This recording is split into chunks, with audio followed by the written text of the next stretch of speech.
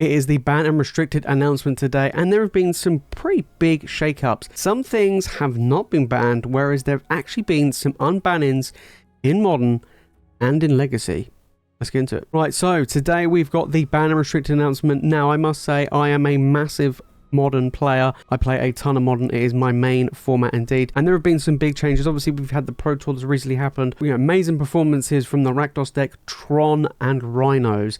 And a lot of people have been talking about the One Ring. It is pretty overpowered. Of course, it is a 4-mana artifact that can basically go in any deck, gives you a ton of card advantage, can protect you for a turn, and works incredibly well in multiples, mainly because you can play another copy of the One Ring and start all over again. So it's very, very powerful. On top of that, you have the Orcish Bowmasters from the Lord of the Rings set as well. Not only does it punish decks that wants to draw cards, it's a ton of value in a 2-mana creature, and it deals with Ragavan, so it is very, very strong. Now, Wizards knows that these cards are strong, and it showed real strong performance at the Pro Tour. And there's been lots of talks of other cards that could be banned as well, cards like Violent Outburst, which give the Cascade decks that instant speed ability to go off, essentially, for the Living End and the Rhinos deck. And some people have even called for Fury, which is a very powerful elemental, and it kind of pushes out a bunch of creature decks. It's been a long time since we've seen humans, or pretty much any really creature decks in the Modern format, because it just gets absolutely demolished by Fury. But no, none of them were touched. None whatsoever. There were some unbannings. Now, the biggest talk that everyone was talking about was, of course, Splinter Twin. Personally, I don't think Splinter Twin should be unbanned. I played through when Splinter Twin was around, especially in Modern. It was really, really strong. You kind of had to play the whole game from like turn 4 onwards with, you know, removal or interaction up, thinking that your opponent can kill you in the following turn. It led to horrible games of Magic, and it didn't feel good. Now, there's some cards which I feel like could be unbanned. I think Birthing Pod could have been unbanned for Modern. There's a few other cards as well. I kind of like the idea of something like Green Sun Zenith, although that might make the Titan decks a little bit too powerful. Amulet Titan's kind of up there. We don't really see the Scapeshift decks, but, you know, Amulet Titan's quite strong. That might make it too good. Again, none of those were touched. So let's get into the ban and restricted announcement. Alright, the ban and restricted announcement, you've seen it here. Preordain is unbanned, and Mind's Desire is unbanned in Legacy. Preordain, I played it a lot in blue-white control lists. Back in the day, it was very strong in Storm. When it was around in Standard, it was very strong, like really strong in the Core Blade lists. It really pushed those decks to be really strong. And then in Modern, it was very consistent. It made your draws very, very strong. As you played it in the early turns, it was very good. And then on top of that, it allowed the combo decks, which was Storm at the time, to really go off, and it's been banned for a fair amount of time, to be fair. I'm surprised being unbanned. Maybe they're trying to bring in somewhat fairer Magic. We don't see Storm anymore. We don't really see traditional control either, but maybe they're thinking, let's change it up. Right, let's get in to see what they've been saying about this. So let's get into Modern. So Preordain is unbanned. A lot has happened in Modern since our last Pro Tour level event, which also took place in Barcelona, which was the most recent one. Then you had 4 years ago. During this time, various strategies rose and fell. More changes were made to the ban and restricted list. I mean, the Modern ban list is huge. I mean, massive. With the release of Modern Horizons 2, Modern has transformed into a more interactive format. And that's one of the things they kept pushing. They didn't want these combo decks going around everywhere where you can kind of win on turn 3, turn 4 consistently. They want people to just enjoy and play games of Magic and make it more fun to watch. That was the main thing. So kind of like mid-range grindy matchups was kind of where they were going with this. Recently, our third set with direct to Modern legality is the Lord of the Rings Tales of Middle-earth set, which is a fantastic set, and it was released to set the stage of the Pro Tour that occurred last weekend, which we saw. Early buzz was that the One Ring, being a powerful, colorless artifact, was showing up in a lot of different decks. I mean, yeah, pretty much. It can be played in any deck, pretty much, with Orcish Bowmasters picking up steam shortly after. When the metagame preview for the Pro Tour was showcased, it was initially concerning. Whilst the metagame share of the decks in normal ranges is relatively diverse, I mean, yeah, it's pretty decent. The play rates of the brand new cards, the One Ring and Orcish Bowmasters, as the number 1 and number 2 cards, is something we rarely see in high-level Eternal formats. Yes, I mean, we have seen other cards, like Hogak in the time, you know, from Modern Horizons, which absolutely dominated a ton of stuff, but we move. As we watch the tournament unfold, and after we've had many conversations with players, both competitive in the Pro Tour, as well as MagicCon Barcelona, play Modern, much of our concern subsided. A variety of decks were performing well, and the games and interactions within those games looked healthy. Okay. We saw some amazing matches over the weekend that were textured, interesting, and interactive. While it is true that we have 2 cards made big waves at the Pro Tour and within the format. These cards, the One Ring particularly, can fit into a variety of decks. I mean, yeah, you can play it in pretty much any deck. It's a 4-color, it's a, you know, a colorless artifact, so it can basically play it anywhere. And spread of macro archetype strategies to comfortably compete with the format without overshadowing everything else in Modern. Okay, now I thought they were going to ban the One Ring, to be honest, but we move. Games can be frequently decided by having the One Ring in play for multiple turns, but the bar for 4-mana cards being too strong in a format as powerful as Modern is high. Not many games are quickly decided by a runaway of either the One Ring or Orcish Bowmasters, allowing players to longer interactive games with plenty back and forth. I must have witnessed Urza Saga recruiting Haywire Might to take care of the One Ring. You can use Haywire Might to exile an artifact because it's got indestructible. Can't destroy it. So Haywire Might is kind of like one of the few things that can deal with it, and you can fetch it up off of Urza Saga, so that's fair enough. To take care of the One Ring about a dozen times, which begs the question, who is the real hero of the story? I mean, yeah, fair enough. That said, while we aren't taking any actions against these cards, we do want to be clear, these cards are on our radar. Yeah, makes sense. Despite the healthy tournament results, and there seeming to be plenty of wiggle room to explore further in the format during the upcoming regional championship qualifiers, the play rates of these cards are still high. We'll be monitoring the long-term fun of the One Ring's playpan, especially if its ability to be looped / reset to repeat its enter the battlefield ability. It's kind of a card where I kind of feel like it should be like restricted. You only have one in your deck because it's the One Ring, but you know. Similarly, Orcish Bowmasters has done a substantial amount of work to suppress 1 toughness creatures in the environment to the point where Ragavan, which is an incredibly strong card, isn't seeing much play in the format outside of Rakdos Evoke. Yeah, I mean, that is quite surprising. So why are we unbanning Preordain?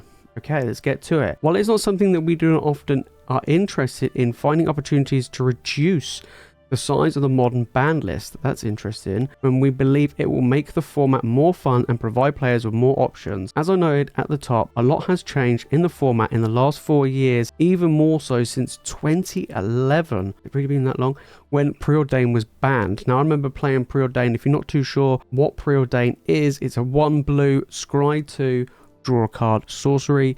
Very, very powerful. It's a very powerful cantrip. The ability to see the top 2 cards before you choose to draw is incredibly powerful. So this is not a card to be like, oh, well, it's not that impactful. This is a huge unbanning. Preordain and Ponder were originally banned due to the amount of consistency they had to powerful Izzet combo decks, Storm and Splinter Twin, which have both seen multiple bans. Yep, they definitely have. There was a vision for making Modern a slightly slower format where it is not so frequent that players were dying to their opponent's combinations of cards within the first 4 turns of the game. Now this makes me believe that they have no intention of pretty much ever unbanning Splinter Twin. We'll have to wait and see in the future, but I don't think they think it's a healthy card to have just exist in the format, which I do agree with. On average, Modern is a lot more interactive now, in part due to the Mon Horizon sets. It was a goal of these releases to offer powerful options to your opponent's combos and play longer, more interactive games. As a result, we believe that Preordain will do more to boost fairer blue decks, probably like control style lists, rather than simply increase the consistency of combo strategies. I mean, we don't see Storm at all. Obviously, Splinter Twin's banned. The control decks don't really exist anymore. We've been seeing, you know, like these 4-color Omnath good stuff style decks, not really your traditional control, so this may help. This is also part of a goal to give something back to blue-red Murktide. Of course, I forgot about Murktide, so Murktide's going to get stronger, definitely so, which was one of the most popular decks in the Modern metagame between the release of Modern Horizons 2 and Lord of the Rings, but has since fallen out of favour, part due to the release of Orcish Bowmasters. Well, Orcish Bowmasters is going to get stronger with the unbanning of Preordain, well, because it draws a card, and it's sorcery speed, so you're going to be getting tokens from that. Pioneer, Legacy, and Vintage. So Pioneer, there hasn't been much change in the Pioneer metagame, continues to have a wide spread of playstyles and archetypes representation from tournament to tournament, while there are known pillars in Mono Green Devotion, Rakdos, and creature-centric aggro decks. Their metagame shares rise and falls at a healthy clip. Okay, that's fair. Recently, new versions of Lotus Field Control have gotten some extra attention, but its win rate and metagame share sit about where we would expect it to be for a reasonable deck. Without a clear top dog or unanswerable archetype pushing other decks out, we elected for no change at this time. For Legacy, we have Mind's Desire unbanned. So Mind's Desire, 6 mana, sorcery, shuffle your library, then exile the top card of your library until the end of turn. You may play that card without paying its mana cost. Storm. This is a very powerful card, so I'm surprised they've unbanned this, but let's see where they want to go with this. Magic has a rich and storied history, including the fastest banned card in the history of the game, Mind's Desire. At the time of its release, Magic threats far outweighed the power of its answers, and creatures were a much smaller portion of the Legacy or Type 1.5 metagame. A lot has changed. 2 decades have passed since Mind's Desire was banned, and in that time, creatures have become more and more powerful. New Planeswalker cards have been introduced, and there are multiple cycles of free spells that have made it much harder to be a lover of the Storm mechanic. In the interest of making sure that combo players also get the same level of new content and strength that other archetypes incidentally gain through our tentpole offerings, we've decided to unban Mind's Desire in Legacy. Outside the spell's combo presence, the Legacy metagame is still evolving with the release of The Lord of the Rings. Orcish Bowmasters is making a huge splash on the metagame thus far, punishing cheap card draw spells that have been historically omnipresent throughout the format, like Brainstorm for instance. Up until now, many of the decks that Mind's Desire punishes appears to be adapting while leaving additional space for previously unrepresented archetypes to shine. While we continue watching how things adapt in the coming months, but don't feel the need to ban anything at this time. And then finally, in Vintage players have been given a new tool recently in the form of the One Ring, again making splashes even in Vintage, but we don't believe it's necessary to take any action against it at this point, where we're keeping an eye on it.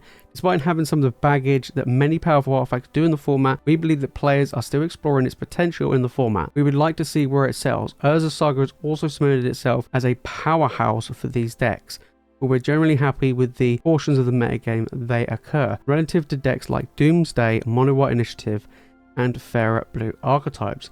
We'll keep an eye on the aforementioned cards as the format evolves, but the success of decks without either card communicates that there is no need to act yet. So overall, some really big stuff. Preordained, like I say, is good. I think it might have an impact, to be fair. I don't feel like Storm is, used to be very strong. We haven't seen it in a long time. I kind of feel like this still isn't enough to make Storm strong. I think they might need one more unban, like something like a Seething Song or a Rite of Flame. But apart from that, I'm pretty happy with Preordained. It's going to be interesting to see where it lies. Definitely Is It Murktide's going to be stronger. This Dimir control list that we've been seeing going around in Modern right now has a new toy. That's going to be interesting with Preordained. Apart from that, the One Ring's going to still run rampant. On top of that, so does Orcish Bowmasters. We're going to see how much impact they continue to have on the Modern format. And I think, to be honest, down the line, they could end up banning probably the One Ring, but they are in their view. One Ring, and so is the Orcish Bowmasters. And they don't like the idea of these combo decks which just kill you on turn 4. It looks like Splinter Twin. Unfortunately, you're staying banned at this point. And Mind's Desire, big combo card in Legacy being unbanned. 2 decades. Holy smokes. That's going to be interesting to see if it finds a home somewhere in Legacy. But that is it for the ban and restrict announcement, guys. Let me know down in the comments what are your thoughts on these unbannings, and is there any cards you kind of feel like they should have banned or even unbanned? Let me know down in the comments. If you want more Magic content, guys, make sure to hit that subscribe button. That is it from me in this video, guys. Thank you all so much for watching, and I'll see you in the next one.